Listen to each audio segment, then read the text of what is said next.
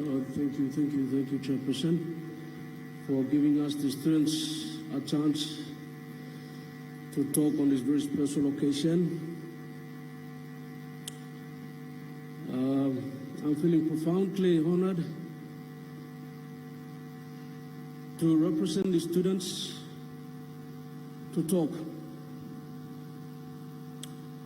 First of all, I'd like to take this chance and thank the organizing committee led by Joshua, media team, SEM team, the speakers and delegates, staff members.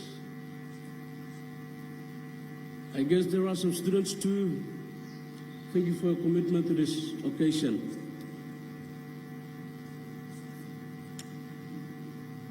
Once,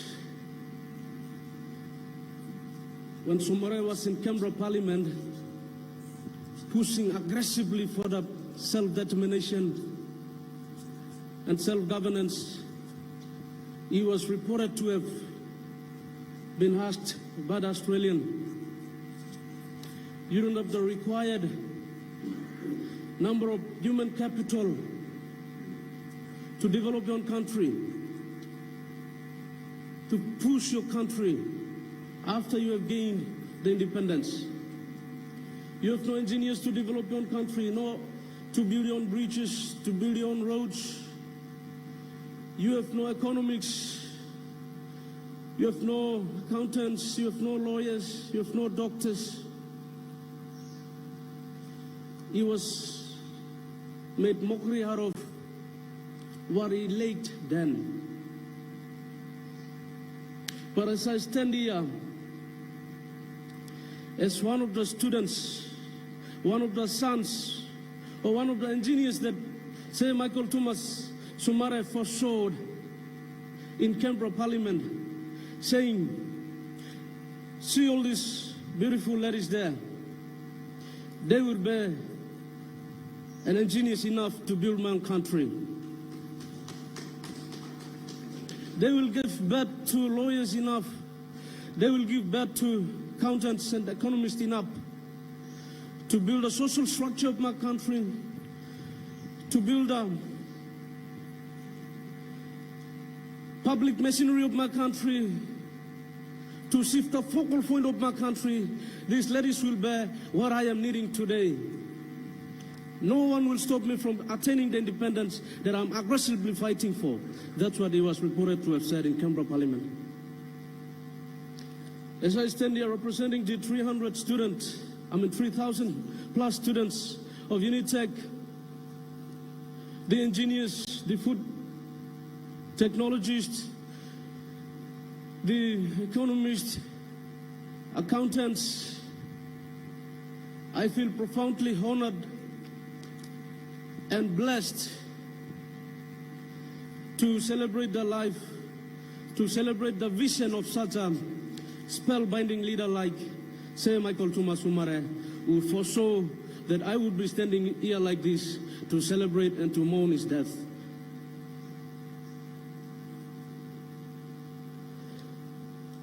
He has been someone that born around 1936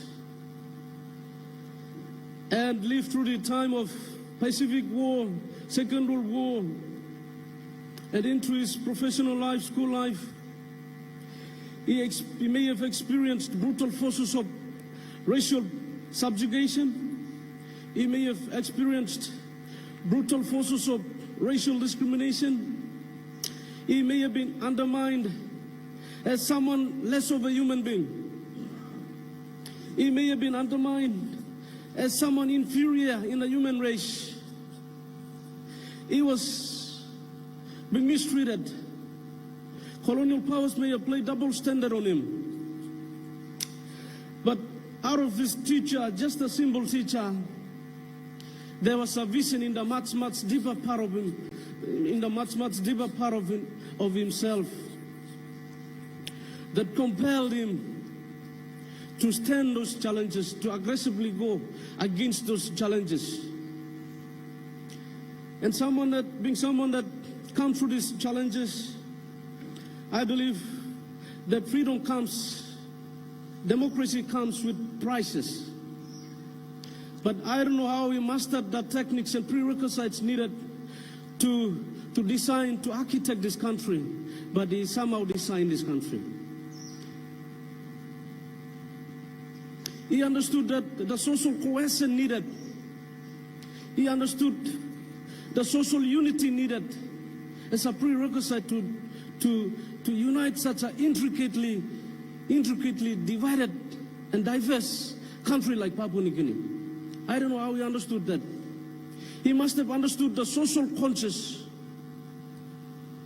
He must have understood the national consciousness that any country, any democracy needs to understand first before uniting its people.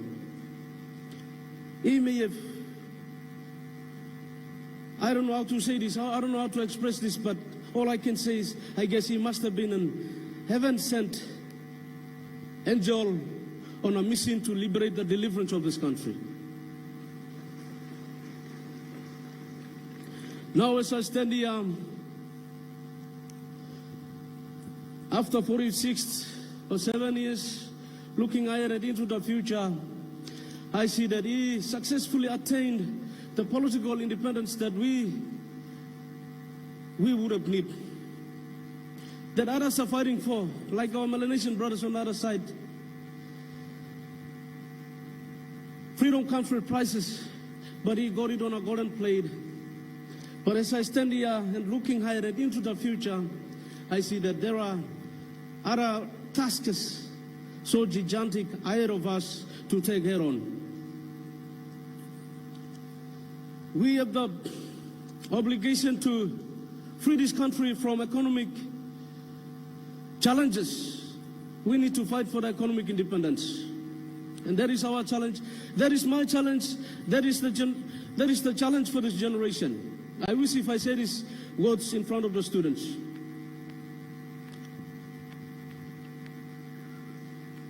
It is a challenge that we all need to take that challenge head on. We need to shoulder that burdens together. We need to free this country from economic independence. We need to do what we can. If it is from the staff perspective, we need to instill in the future leaders of this country what is needed to free this country from economic challenges that we are facing today. We need to instill in the future leaders of this country the national consciousness, the national social cohesion that we need, the patriotism that we need, the nationalism that we need to adequately instill these values in the upcoming generation of this country.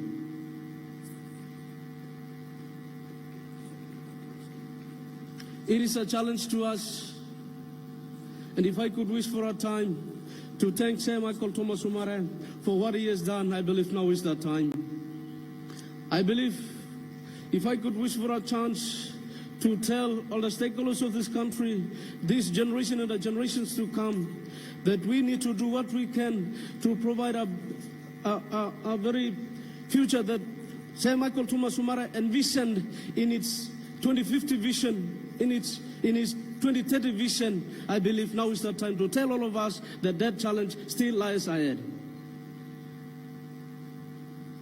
As a student, I'd like to make a few recommendations here.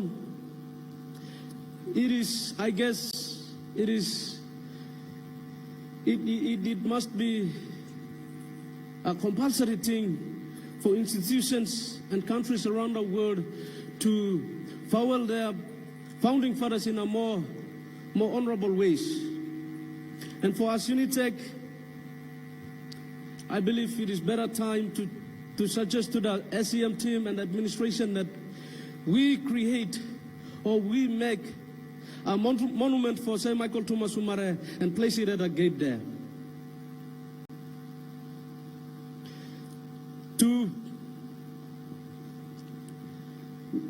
I also suggest to the SEM team that let us set the 26th February, which was also passed by the Cabinet or NEC, let us set it as a memorial there where all the students to come in this university to celebrate the death and the passing on of our great legend, Sir Michael Thomas Somare. With these two recommendations, if I could wish for a time to farewell the passing on of our legend, a Pacific star, magical Somare, I believe now is the time. Chief, you may be gone today. You are gone forever today, but you will remain very much alive in the hearts and memories of the future generations to come. You are gone today, but you will remain very much alive in the memories of the future generations to come. Farewell, RIP, Champion Sir Michael Thomas Somare. Thank you.